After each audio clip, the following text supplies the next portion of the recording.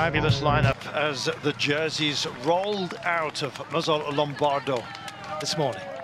Blue skies yet again, some clouds and a few little raindrops, but it didn't dampen any of the enthusiasm for what was in store.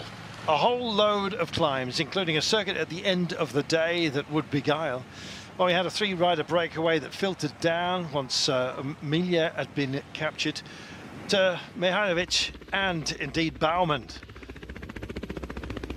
They were up the road, they had a decent margin. In fact, it was built up to around about 4.5 minutes. Chase was kind of on, then we got into a tunnel, and this, just showing how dangerous the day can be. Unfortunately, it accounted for Puccio from Ineos Grenadiers, and a kind of a wake-up call, really, for everybody to be absolutely dead focused on what had been a slow day until this point.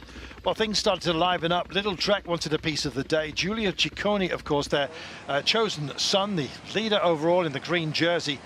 And it would look like it would be curtains for Mihajlovic and indeed Cohen Barman, who were up the road, but not for much longer, surely. Trying to bridge over to them with 50 kilometres to go, Tarozzi decided to give it a shake of the stick for Group Bardiani-Fiazzani, and that caused a little bit of a split in the pack. Others decided that if it was going to be a breakaway kind of day, and it was a possibility, they'd very much like to be involved. None of the major players, you might think, but Team Picnic PostNL, who did much of the driving to close the gap throughout the day, they policed this one as well, working, of course, for Romain Bardet ultimately. So we're all together with 28 kilometres to go as we hit our circuit.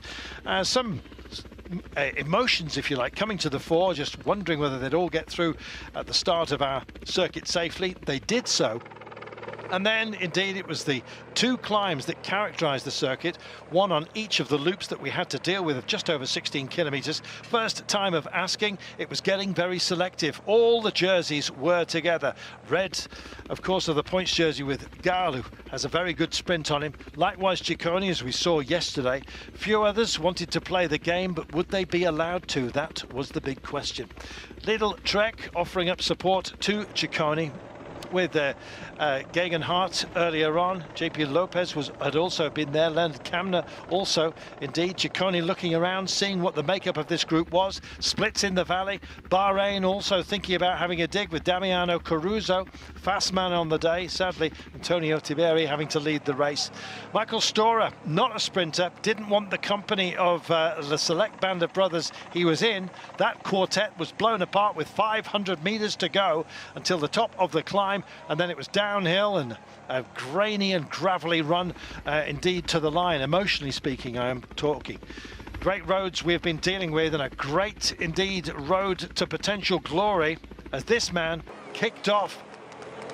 Brilliant work by Michael Storer, leaving behind those who are still trying to reassemble themselves behind Romain Bardet, part of a group that included Jai Hindley, who's got a bit of a kick on him, as you well know, and Jefferson Japeda as well. Hindley himself with 5 kilometres to go, a modest advantage of just 13 seconds, but when he gets himself into this kind of time trialing mode, he can deliver absolutely spectacularly. And so it was that he drove for the line. Would he make it home? Well, the chase was not cohesive, I've got to say. Neither or none of any of those out front. And it was a select group that was about to swell, with the Bardet group now fracturing, and he was to bridge over, but they wouldn't lead each other in. And so, unfortunately, the gap hung for them, that is. Great news, of course, for Michael Storer, who is still out there, and all the jerseys were busy looking at each other. The red jersey and the white jersey here, teammates from Decathlon AG2R La Mondiale, and that left off the leash Michael Storer to bring home a famous win, and by a handsome margin as well. 41 seconds in the end because of a lack of cohesion in the chase. But my goodness, that's a cushion that this man could sit on. 10 bonus seconds at the line, also going the way of the great Australian. He took the line, handsomely so, didn't power over it, didn't need to. Meanwhile, it was a sprint for second place, bonus seconds still up for grabs, of course. That had to be taken extraordinarily seriously, and it was. At the line, Seixas just edging Bardet for the last of the bonuses. Ciccone, well placed, holds on to the points jersey. But really, this story today was all about tactics and fortitude. Bags full of that with Michael Storer. He brought it home absolutely superbly. He wears the green jersey with amazing pride. I'm proud of him as well. That was super to watch, and the racing, of course, will be going on with him in the green jersey.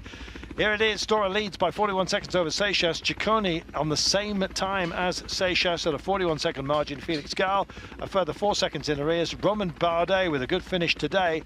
Also in the frame, we race on with stage 3 tomorrow here in the Alps.